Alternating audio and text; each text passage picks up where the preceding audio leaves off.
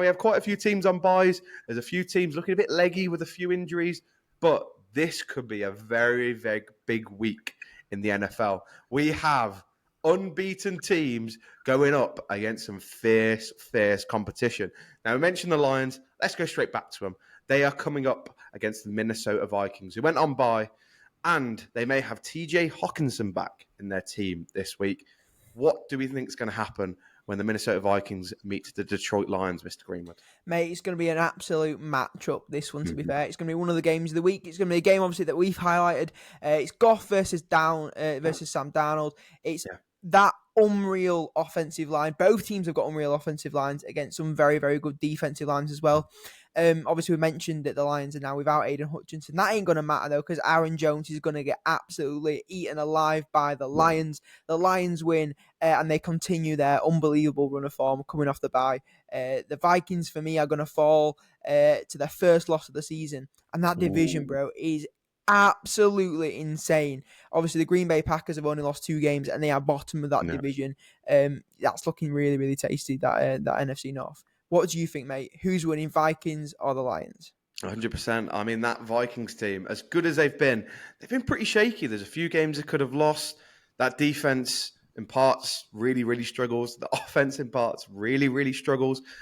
You can't struggle against the Lions because they will eat you alive. And we saw that previously in weeks gone by, and I think we're going to see that this week again. They just have too much, and they use it in so many different ways. We've seen hook and ladders. We've seen wide receivers throwing touchdown passes. We've seen runs. We've seen absolutely everything. And I think we're going to see that again. And I think the Vikings, like you said, are going to lose that unbeaten record this week against Detroit. Now, another team who have an unbeaten record is a team that most people pretty much hate now. America's most hated team, the NFL's most hated team, the Kansas City Chiefs. And who are they facing? Well, they are facing the 49ers. Now, if I'm perfectly honest with you, my bum hole's clenched for this one. I am absolutely terrified because whenever we play the Chiefs last year, there's a few sort of, concerns running around. And I think they're valid, to be honest with you, because this Chiefs team, as unbeaten as they are, they haven't been too great, but they get the job done. Where do you think this one's heading, Mr. Greenwood? Mate, like you mentioned, it's that Super Bowl revenge game. It's the matchup that you, especially, Tarrant, as a 49ers fan, you've had pinpointed since the start of the season. This is the game that you want to back. This is the time where you want Brock Purdy to show up. It's Purdy versus Mahomes. It's 2 poor running backs on the field. It's one receiving core that's absolutely stacked. It's a receiving core on the Kansas City side of things that is absolutely terrible.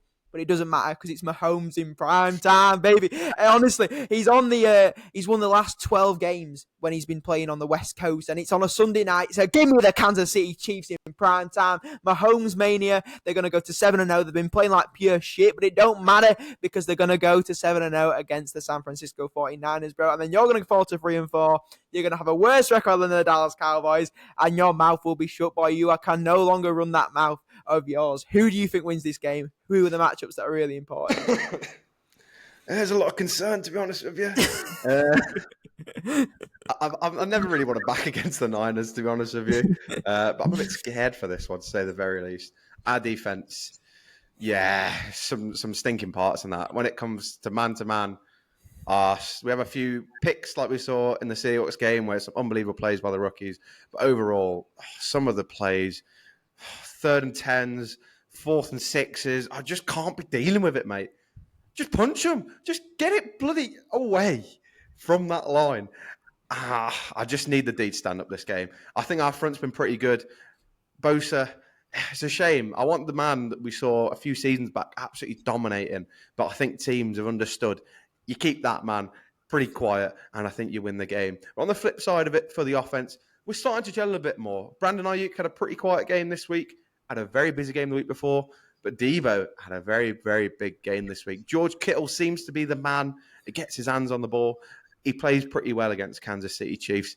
I'm going to have to back him. I think we're going to smack him. I think Mahomes is going to be in tears. I hope there's an ankle bust this week because the Niners are going to win and be very, very happy come next week on the podcast. I just think, mate, sometimes Mahomes is just too good. Yeah, I hear that, mate. Absolutely ridiculous. Yeah.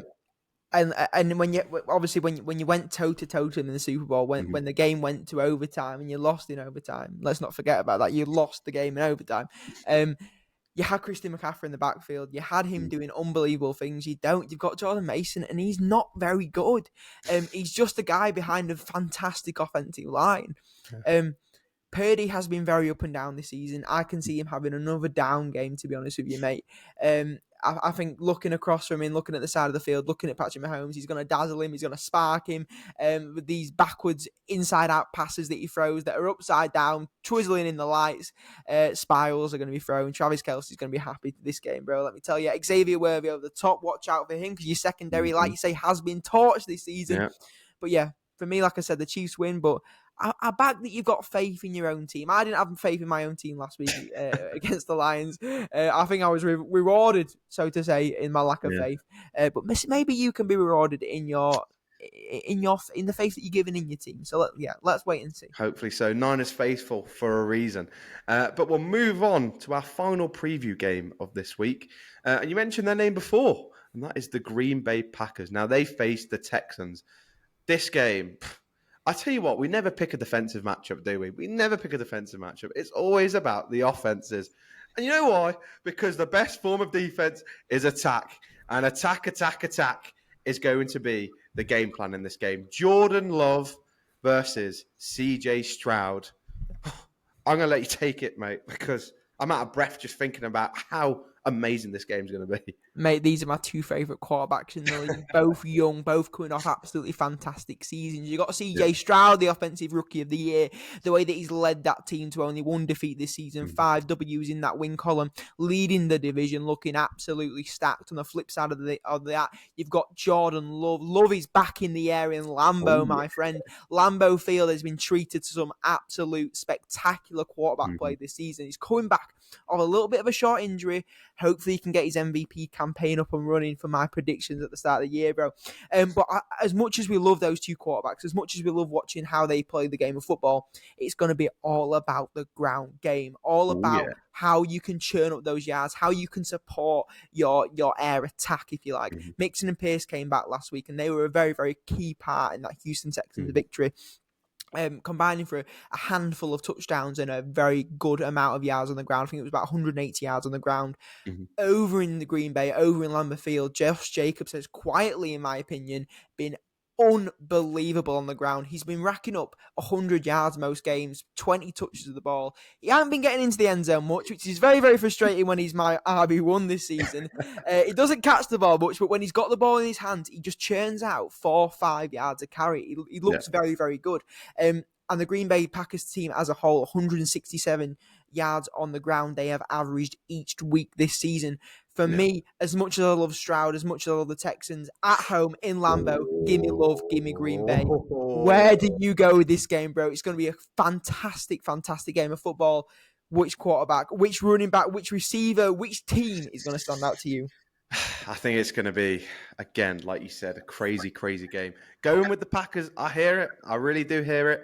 That receiving core for the Packers is so interesting. It feels like like a pick and mix, but everything combines so well, and they're doing so well. Christian Watson comes back in, has an unbelievable game. Romeo Dobbs, he was a naughty boy, but he was very, very good last weekend, and he did pretty well. But I will always back Mr. D'Amico Ryans and CJ Stroud. I think Diggs is going to have a very big game. Tank Dell did very, very well last week. I just think the poise of Stroud is absolutely ridiculous. I think Lambeau has a strange thing that it can do to quarterbacks that come and play there. It can be terrifying. It can be very, very intimidating. When those cheeseheads comes out, it stinks. It really does stink. And I tell you what, if there's one man who won't be affected by that, it is Mr. CJ Stroud. That's why I'm going with the Texans in what is going to be an absolute blockbuster clash, don't you think? Mate, I couldn't agree more. As much as I've gone with the Packers, as much as I've gone with Love, the only love that's going to be in the air is the love of football, because that is going to be a spectacular game, my friend. It's going to be two quarterbacks that we love watching play, two teams that we love watching play, two young, exciting teams that have got a lot to play for, that have got bright futures ahead of them. We're all in for a treat. We are indeed. And I tell you what, we've raced through that as the Niners run game is going to race for the Kansas City Chiefs. Absolutely unbelievable. Absolutely unbelievable. Mr. Greenwood, to sum up, any words for last week? Any words for the week coming up? Last week, no, nothing really springs to mind, to be honest with you. For the weeks coming up, let me have a think. Obviously, there's some fantastic games. There's some fantastic quarterbacks. I'm going to give you, do you know what? A little new segment that's going to start 1 week and 1 week only. It's going to be my prediction for the season, right? MVP prediction. CJ Stroud is going to win the MVP now. Thank you, everybody, for joining us this week. If you make it through this episode, kudos to you. Serious kudos. I'll tell you what, you should have turned off after the first 10 minutes. But thank you, as always, for joining us. Please make sure to like, subscribe, share on the YouTube. Give it some love. Give it some cuddles. And make sure to follow us on the TikTok as well, because we are always here providing you with the content that you need. Thank you, everybody, for joining us. Thank you, Mr. Greenwood, for appearing. I was very concerned that you weren't. But we shall see you next week when all the downs have been downed on the All Out Brits podcast.